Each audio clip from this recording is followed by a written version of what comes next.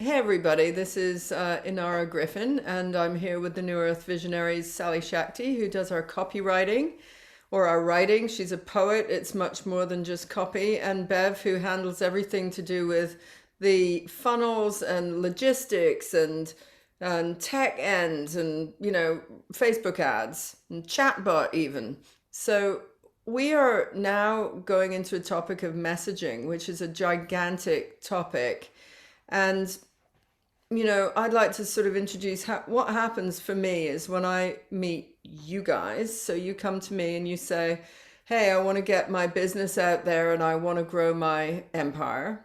And I say, "Okay, great. Let's look at some of your messaging." And some of you have got really basic messaging, right? So it's just if I could simplify it, it would be as funny as when I saw this ad in India that just said once, "Buy this butter." And it was like that. It made me like laugh out loud. I later found out that it was actually a campaign because India can have that level of basicness sometimes, and it's hysterical to Westerners, but they'd actually use that naivete with Indian sort of, advertising.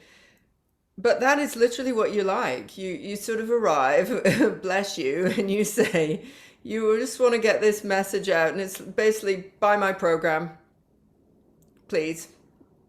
And if you have got no sort of sense of yourself in the market, or even understanding the difference of language that you can use, the different ways that you can present things.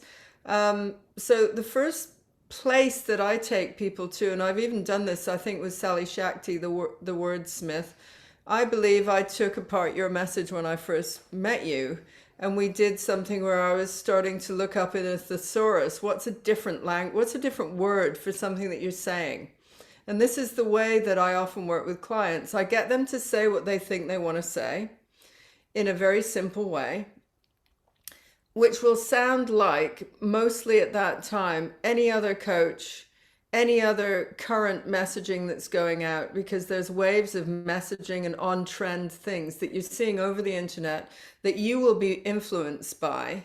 And you'll think, well, if so and so's using it, then I should use this thing too, right? Um, like there's, be your awesome self. That one was going on, when I came into the coaching world, be your awesome self. And it was a message that was all over the place. Now, when English people hear the word awesome, it would have to be like a meteorite is arriving in the sky to use the word awesome. It's not like, awesome, I got out of bed, like that. It's a hugely different way that we would look at that word being used. So, first place I would go with somebody who's using that is, first of all, is that an authentic statement for you, or have you got that from somewhere? That's a question. You can be honest, because we're trying to make you your best authentic self. And then it would be like, all right, I want to use the words that are really key there. So I would go to task with that, and I would look up be, and I would look up awesome and self in a thesaurus, and I would start to get you to understand what's a buzz for you and what is a non-interest for you.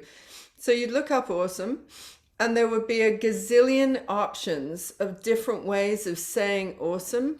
And I would ask my clients to feel into it and feel which are the words that actually resonate for them. In other words, I would take them straight out of awesome, because everybody uses awesome and it's not a very English thing over here.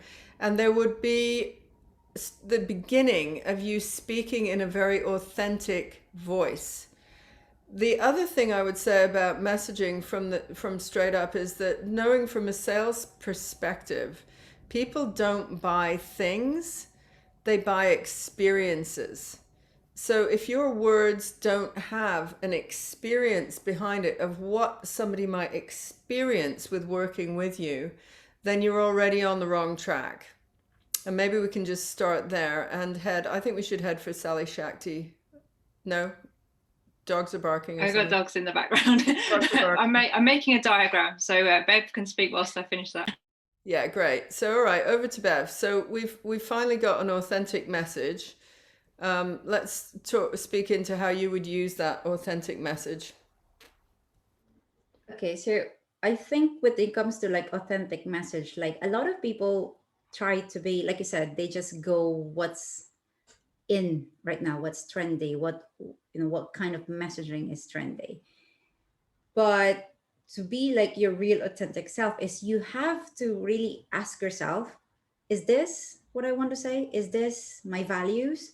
So for me, when it comes to like really crafting your message, like I said, maybe Sally Shakti is better for me, better with me when it comes to like putting words out there. But the way I do it for myself is I look at what my values are, what are important to me, and then how do I relate it to my product or my service, and that would become then the foundation of my of my messaging to my clients.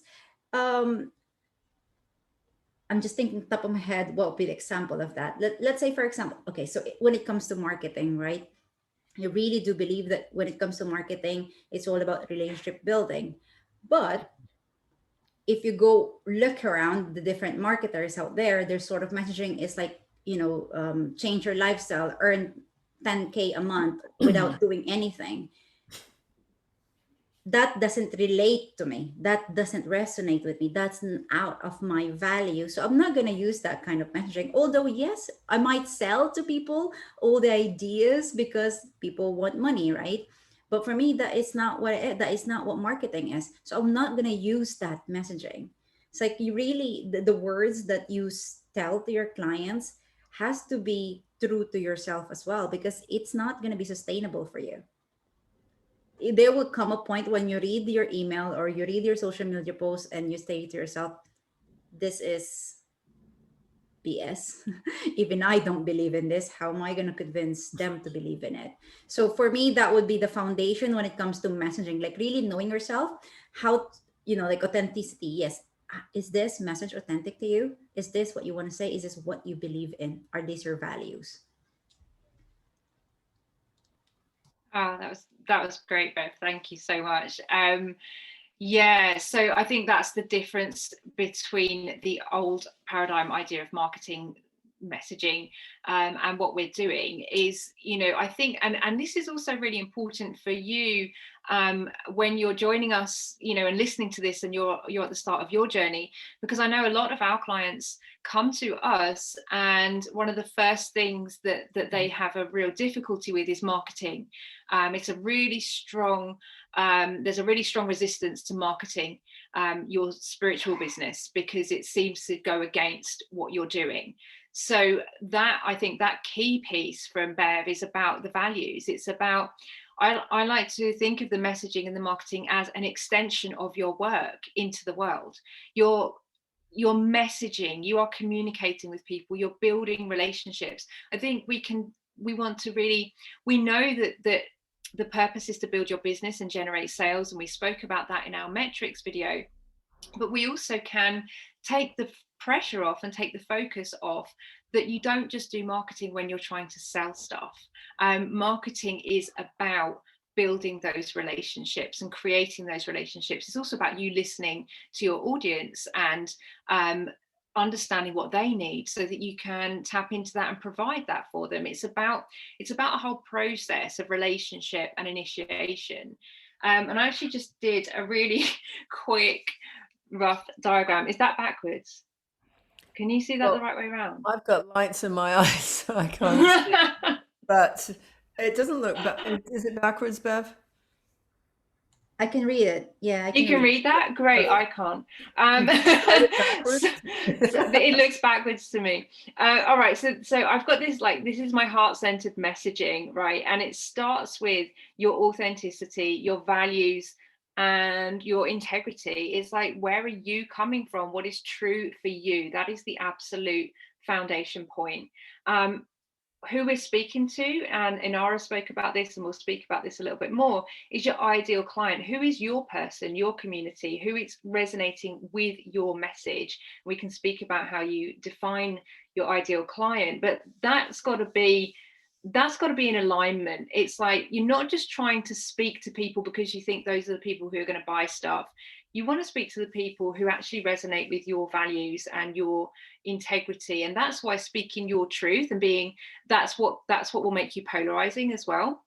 But that's what will show people and tell people if they want to work with you or not. They will want to work with you because they share similar values. They will feel it in their heart resonance that they share similar values with you and that you are the right person for them to work with. So it's really, really important to be in your integrity.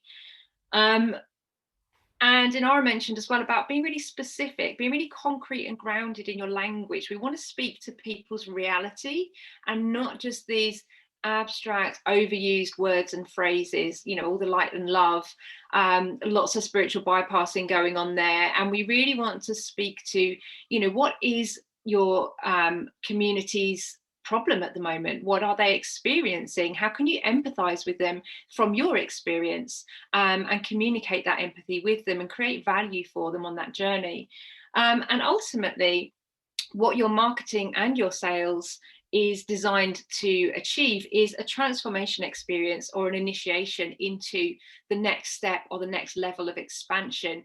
And that I would like to say is for both you and your clients. You will experience your next level of transformation and expansion as you go through your next up leveling and your next stage of expansion in your business. But what you're also bringing to your clients is their next initiation and their next transformation. And that is the key messaging. That is the key experience that people want to understand, so that they know if what I say about that part in terms of frequency. I've already spoken about, people who resonate with your authenticity will feel that in their heart. What they also need to feel is that you understand their journey and that you can empathize with their problem.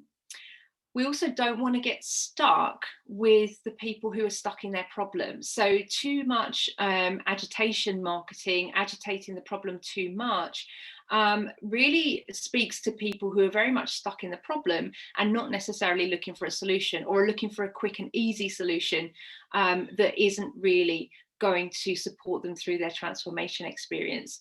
So what I say about that messaging, the frequency of your messaging, is that you are speaking to your ideal client is already looking for the solution. They're already looking for the next resonance.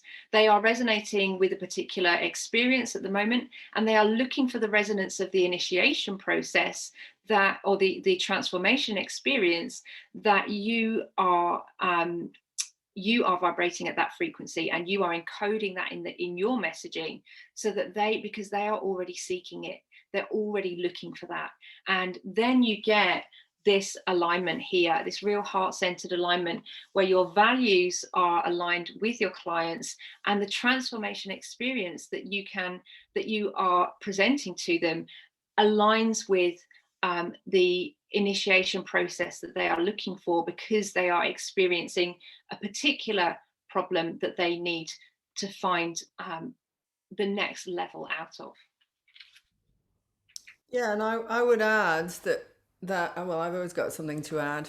I find myself, and I would add again something, that as you evolve over your lifetime of your expression, you need to be true to your expression to such a level that if even one word is a little bit off frequency, then you get rid of it. And so to get to a place where you're really at this level of frequency is your message, and it's like Sally Shakti was saying, it's like a vibrational, the experience is going out as a vibration, then what can happen is it can take years, and somebody will expect to have each little marketing campaign they're doing will be, maybe one is to get to know somebody, one is to sell a low ticket offer, one is heading towards a much high ticket offer. And they will have these little sound bites along the way. What you want to always continuously do is bring it back to the center. Like, what is this central vibration that you're putting out. And that piece, if there's anything off in that piece, then all these other messages will be off too. And the way that I like to think of it is it's a bit like a radio channel that right at the beginning, somebody is turning an old radio and they'll hear a crackling, then suddenly they'll hear, oh, you're on. They'll hear a little moment of you speaking authentically, and then it goes into crackle again. But when you're finally resonating at the right messaging for you, then they will always find that channel. It's just like straight to the dial, zoom, straight clarity coming out. Yeah, go on. You wanted to say something. Yes, because for me, that's where the poetry comes in, and the word magic, and that words are vibrations, and that we are creating our reality and our experience through the words that we use. And so we're putting that out there. That's how marketing can become an extension of your vibration, your resonance, your practice. And that's why actually some marketing makes me feel sick when I read it. Literally, like, because I can feel it in my body, and I have so much empathy for the vibrational frequency of words, especially when they're put together in certain structures and sequences. I feel literally sick in my belly when I read some old style marketing, because I can really feel the resonance that's been put into that, and it is so off. So you know, words are magic. I could do a whole video on that and the poetry of it, but it's about finding that resonant structure that is authentic to you and resonant with your clients, but is also really an encoding of your divine purpose, your divine plan. And it's, you know, it's that direct channel from, you know, what are you here to embody, and how do you then communicate that with other people and put that resonance out into the world so the right people can find you and resonate with you. Okay. I just want to add. So Sally Shakti believe words are magic, right? For me, same way. I always say words have power. I do believe that they do have a power to, like, you know, convince people to buy from you, and a power to, like, really put people off. So she's right. There'll be some messaging sometimes that are just like, oh, this is so wrong. This is so wrong. I don't know. It's just, yeah, there's that energy that it's giving you. And I do agree with everything that Sally Shakti said. So you have to choose the words that you are using. So, like, my rule, I guess, is how do I want to be sold to?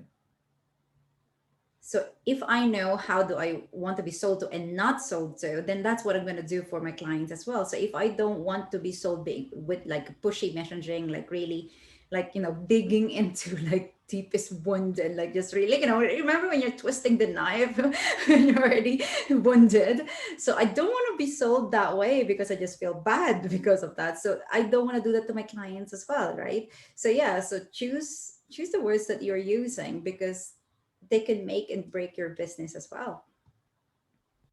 Yeah, I just want to come back in on that again, Bev. Thanks. I have definitely seen marketing practices that tell you not to build trust with your audience. And you may have come across these particular marketing agencies and brands before, but there are particular marketing practices that tell you you don't have trust, you're not going to build trust, and the only other way to market if you don't have trust is the methods that these campaigns employ: coercion and manipulation. And those really are both very much forms of violence and violation for me. And those are the campaigns that tend to make me feel sick. There is a big internet brand that will come up on your YouTube ads and tell you to stop marketing on Facebook.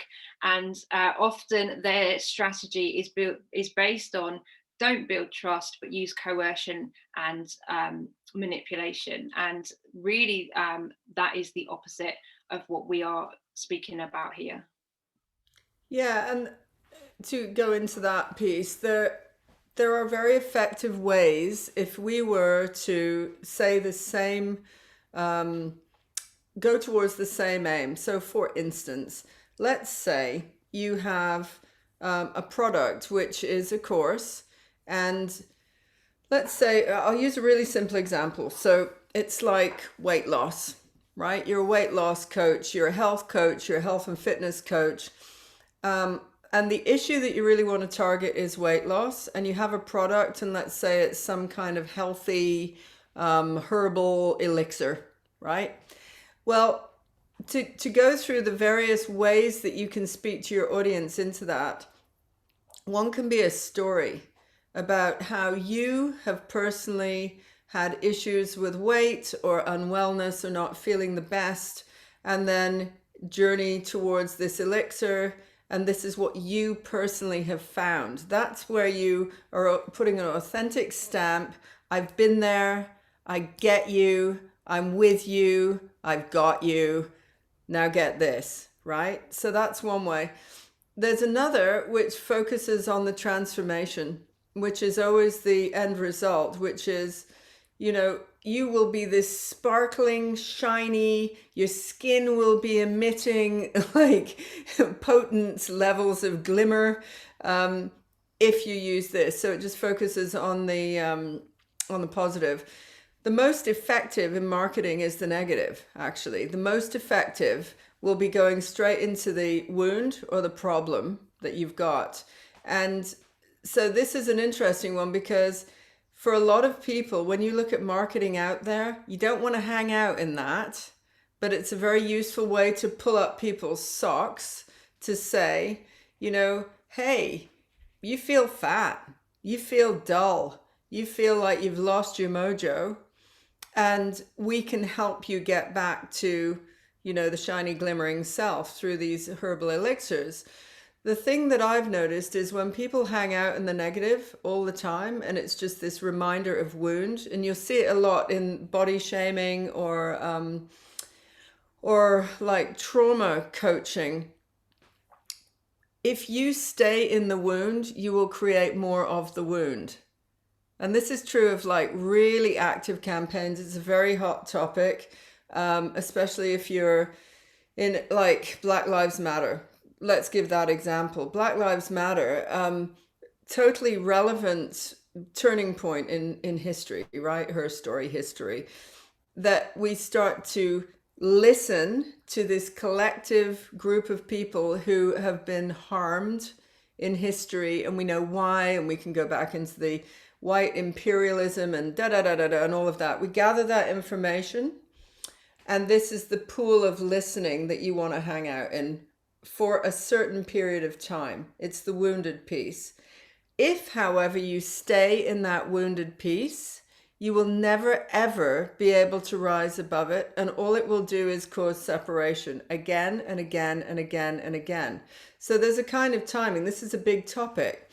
But hanging out in wound state means that you end up ultimately relating to the victim in it. Then, if you hang out even longer, you become the victim in it. And you hang out even longer, your product will be the result of a victim.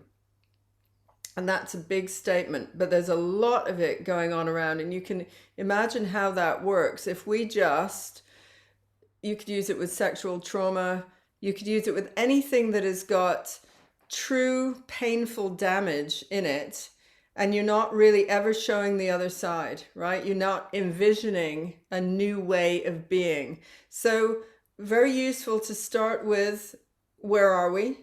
This is valid. We're listening into it. This is valid also.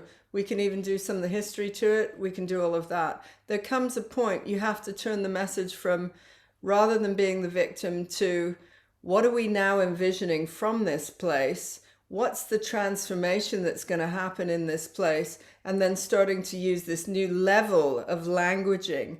And when it's a tough topic like that, and it's highly politicized, it's extremely difficult to lighten it up. You don't want to lighten it up in a fake way, but at the same time, you don't want to be immersed in so much endless like splitting of your audience that you're never ever going to be able to come up with the other side of the experience.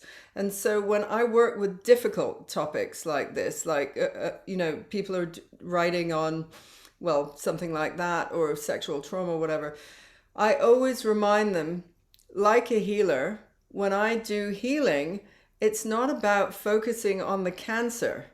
It's about acknowledging the cancer, being with the cancer, maybe even understanding a little bit where it came from.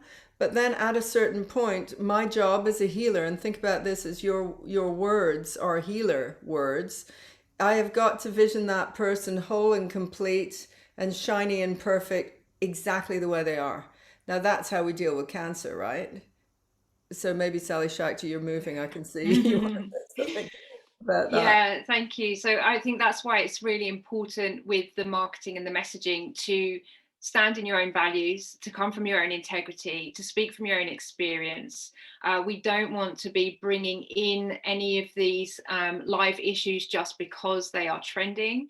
But absolutely, if it is something that is really coming through you, I have a whole load other more to say about, I think, the decolonization practices that we all get to do in ourselves, because for me, that's a big part of how we collectively undoing the old paradigms, the structures that we're still carrying within ourselves, within our cells and within our DNA. And a lot of that comes through storying and languaging and the way that we tell our own narratives and the way that our narratives have been told to us. But what I want to focus on here in the messaging is that that's why it's really important that that is an initiation process, because an initiation process takes a person from empathizing with their current situation through the journey, through the process of transformation and out to the other side. And it's a safe space and it's a safe process. And for me, it's a shamanic process. And many of you will be working in that way and working in that realm in your practices. And now we get to actually implement that as part of your marketing so that you are connecting and communicating with your community in ways that are safe and in ways that are held and that are supporting them and holding them through that journey and through that process, even if they don't buy anything from you at this stage. They will have had a little taster of that experience, and that might they will get value from that and they will be transformed from that. And that is the work of your marketing. The wider work of your marketing. If only 20% of people are going to open your email, 1% might buy, then for those other 19% who read your marketing but didn't purchase this time, they have still had that, they've still been touched by that experience. And then you know that you are really doing something in your own integrity. Yeah, go Bev. Yeah, I just wanted to add something about what Sally Shakti said, that yes, it is very important that you are true to your values and your integrity. And one way to do it really in marketing, which Inara mentioned already, is the story that like you are doing what you're doing now because you experience the transformation yourself. So show that, like, show that authentically. Don't sell it, or like don't market it in a way just because you wanted to hype them up. Like, because yeah, like, don't get focused on looking at other people, how they're making so much money immediately, so you're selling that to them as well, selling them this fantasy. Like, because that's what's happening right now in most of the marketing that is out there. They're selling the fantasy. There's nothing wrong about that, yes, we love to daydream once in a while, but you have to be true. You have to be true, like, you know and that's where your value is coming from. That is the foundation of your messaging. Like, a lot of people would get tangled with this, how do I write this or how do I write that. Start with, how would you like them to what would you like them to feel, what would you like them to feel with whatever you're offering, your product or your services, and then start from there. Not the perfect, not the perfect grammar or like that is just an outcome, right? I mean, Salishak, that's like that's gonna come later on, but the first thing that you need to nail down is the feelings that you want them to experience when they work with you. Yeah, and I would say also that, in the history of words, mantra and spellcraft are the same. One is a more slightly westernized version, and one is a more Eastern version of the power of language. So if you use mantra like it's a yogic methodology of imbuing and intoning the language as you're embodying it, but you're immersing in it, in the sound of it, and you're also using it as a method of meditation and to open doors. Spellcraft is another version of that. It's like mantra magic, and the words that you use can be the keys to unlock the doors that you've been stuck in forever. That's what you're doing for your clients. You want them to unlock their doors too. So people, the persuasion of language is more like guiding them along a pathway, helping them feel safe along the pathway. And then at a certain point, you've got to give them a choice. And the choice will be, are you at this point going to action something? Here's a forked road. Do you carry on walking, meandering, continuing, or are you going to actually action something? Now with coaches, that's really important that we get to a point where it's like, all right, I've taken you on a journey, right now choose. And you've got to be like that with them, like, it's time, come on. And the rest of you, if you're going to meander in a little bit long, you will then again, in your languaging, come to a place where there's a choice. So give them that choice and give them the option of actioning, and that's sort of like, right, come on, now we're doing the mantra. It's like, I love the book, like, feel the fear and do it anyway, right? It's the best languaging ever, because really that's the entirety of your entire life, is feel the fear and do it anyway. And when you get to a point, and if you think that as a sales point, and we'll talk about sales on the next topic of our conversation, because it's a hot topic and it's uncomfortable for a lot of spiritual people. But the difference in the journey of non-sales is you never force an action. With language, you ask for a choice at this point to your audience, and if they're feeling it, they will make that choice, right? So it's not ugly sales, it's natural sales. And that's the initiation. That's giving them the choice to make an action point, to actually step into their transformation, because the transformation doesn't just happen by osmosis. They need to choose it, they need to say yes to it, and they need to say yes to themselves in that process. So you're actually giving them the opportunity to do that, which is, giving them the opportunity to step into their next level of transformation. And that is the gift of the shaman. Yeah. So I think that's a great place to stop. And so again, anybody if this touches you or you feel it, if it's a difficult topic that you're presenting, come speak to us, because we work with all of the topic that you've heard, and to make yourself masters of wordsmith, right? And we'll see you on another one. I think the next one we will definitely be talking about sales, because it's a natural evolution of messaging. So thank you so much. Get in touch. Namaste.